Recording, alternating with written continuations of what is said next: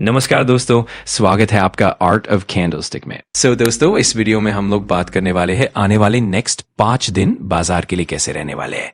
कौन से ऐसे इंपॉर्टेंट ट्रिगर पॉइंट्स हैं जो बाजार में जबरदस्त तेजी ला सकते हैं, या फिर ऐसे कौन से पॉइंट हैं जहां बेयर वालों को मदद मिलेगी और बाजार को नीचे दबा सकते हैं। उसी के बारे में बातचीत इस वीडियो में होने जा रही है।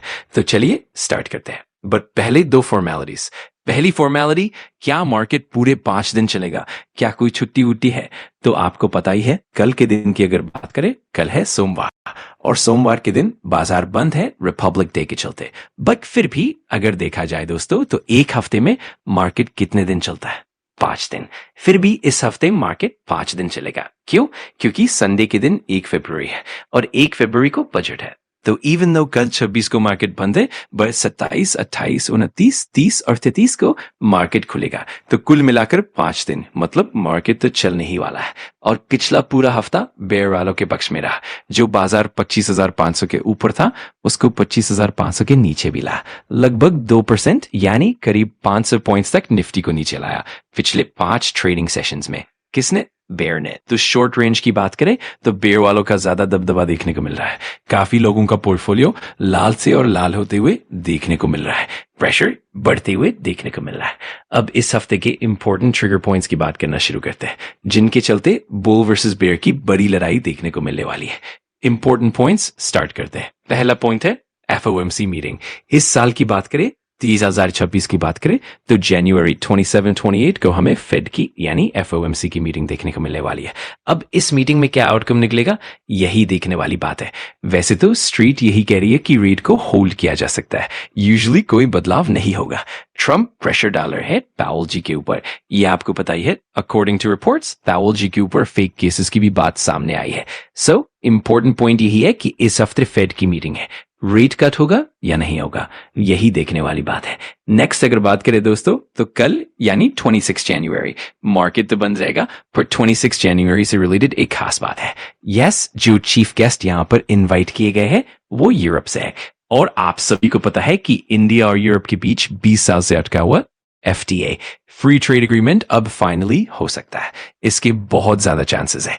खुद यूरोपियन यूनियन के कमिश्नर ने बोला है, we are nearing the conclusion of our, मतलब इंडिया यूरोपियन यूनियन का FTA बहुत जल्द हो सकता है और शायद 27 जनवरी को भी कोई बड़ा अनाउंसमेंट देखने को मिल सकता है। इसकी संभावना काफी ज्यादा है। तो इस हफ्ते 26-27 जनवरी की तारीख काफी महत्वपूर्ण भूमिका निभाने वाली है। जैसे मैंने आपको बताया, ट्रम्प का रवैया सिर्फ हमारे खिलाफ नहीं था, उन्होंने यूरोप के ऊपर भी टैरिफ की बात की। तो यूरोप को भी समझ में आ गया कि इवन दो वो नेटो का हिस्सा है, अमेरिका पर पूरी तरह भरोसा करना मुश्किल है। इसीलिए डाइवर्सिफिकेशन जरूरी है। अब अगर इंडिया और यूरोप के बीच FTA अभी साइन नहीं हुआ, तो जो 20 साल से अटका हुआ है वो आगे भी मुश्किल हो जाएगा। लेकिन अभी माहौल बनता हुआ दिख रहा है। क्या पता इसी हफ्ते 20 साल का इतिहास बदलते हुए देखने को मिल जाएगा। ट्रम्प के ऊपर भी ध्यान रहेगा ही रहेगा। ट्रम्प कुछ ना कुछ हरकत करेंगे ही करेंगे। स्कॉट बेसेंट के स्टेटमेंट में भी कहा गया कि शायद 25% टैरिफ जो रशिया से ऑयल खरीदने पर पेनल्टी थी वो हटाई जा सकती है। क्यों? क्योंकि इंडिया ने रशिया से क्रूड ऑयल इंपोर्ट कम किया है। बॉटम लाइन यही है दोस्तों कि इंडिया यूरोप डील के क्लोज आने से पहले लगाए गए टैरिफ्स में से आधे टैरिफ्स हटते हुए देखने को मिल सकते हैं। इसके काफी ज्यादा चांसेस है। अब अगर बात करें मिडिल ईस्ट की, इजराइल, ईरान, अमेरिका कॉन्फ्लिक्ट सालों से चल रहा है। इजराइल ने ईरान को लगभग घेर लिया है।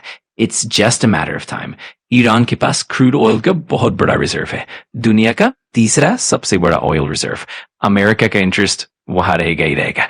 सैंक्शंस पहले से लगे हुए हैं और ईरान को पूरी तरह से घेरने की कोशिश अमेरिका कर चुका है। नेवी का अग्रेसिव यूज हो रहा है, ईरान भी प्रिपेयर कर रहा है। अब 29 जनवरी भी बहुत इंपॉर्टेंट रहेगा। क्यों? क्योंकि 1 फरवरी को बजट है और उससे पहले इकोनॉमिक सर्वे आता है। बजट ऑलमोस्ट रेडी है, बस प्रेजेंट होना बाकी है। 1 फरवरी को निर्मला सीतारमण इसे प्रेजेंट करेंगी और संडे के दिन ही पता चल जाएगा कि मार्केट को बजट पसंद आया या नहीं। Q3 रिजल्ट्स की बात करें, नंबर्स में ज्यादा जोश नहीं दिख रहा। GST बेनिफिट का इम्पैक्ट उतना स्ट्रांग नहीं दिखा। Next important point, Adani. Adani अब सिर्फ एक कंपनी या ग्रुप नहीं है। अडानी से रिलेटेड कोई भी मेजर न्यूज पूरे स्टॉक मार्केट को इम्पैक्ट करती है। फ्राइडे को आपने देखा ड्राइबरी केस जो अमेरिका में चल रहा है। SEC ने इंडियन गवर्नमेंट से मदद मांगी थी, रिस्पॉन्स नहीं मिला। अब SEC डायरेक्ट डिजिटल समन भेजने की बात कर रहा है ईमेल के जरिए। फ्राइडे को अडानी शेयर्स धड़ाम टूटते हुए दिखे। पॉलिटिकली वेल कनेक्टेड होने की वजह से इसका इम्पैक्ट पूरे मार्केट पर पड़ता है। FII DII एक्टिविटी, FII लगातार बेच रहा है। अब मोड चेंज होगा या नहीं वो 1 फरवरी के बजट पर डिपेंड करेगा। रूपी RBI ने लिक्विडिटी इंजेक्ट की है लगभग 2 लाख करोड़ की, जिसमें OMO, Forex Swap, VRR जैसी चीजें शामिल है। इसके बारे में मैंने पहले भी डिटेल वीडियो बनाई है, तो उस पर ध्यान रखना जरूरी है। नीपा वायरस को लेकर भी नजर रखनी होगी। अभी तक तो स्थिति गंभीर नहीं दिख रही। कमोडिटी मार्केट में भी काफी हलचल है। गोल्ड, सिल्वर, क्रूड ऑयल में तेजी देखी जा रही है। WTI और ब्रेंट दोनों ही ऊंचे स्तर पर है और गोल्ड और सिल्वर भी काफी बढ़त दिखा रहे हैं। बिटकॉइन और इथेरियम में भी कुछ उतार चढ़ाव चल रहा है और डॉलर इंडेक्स भी कमजोर हो रहा है, जो ओवरऑल मार्केट पर असर डाल सकता है। तो इस हफ्ते काफी दिलचस्प बदलाव देखने को मिलेंगे और हमें इन सभी पहलुओं पर ध्यान रखना होगा। अगर आपको वीडियो जानकारीपूर्ण लगा तो लाइक कर देना, कमेंट करके बताना कि अगला टॉपिक कौन सा चाहिए और सब्सक्राइब कर लेना आर्ट ऑफ कैंडलस्टिक को, ताकि ऐसे ही पावरफुल लर्निंग वीडियोस आप मिस ना करो। Thanks for watching. मैं मिलता हूँ अगली वीडियो में। सीखते रहो, पढ़ते रहो।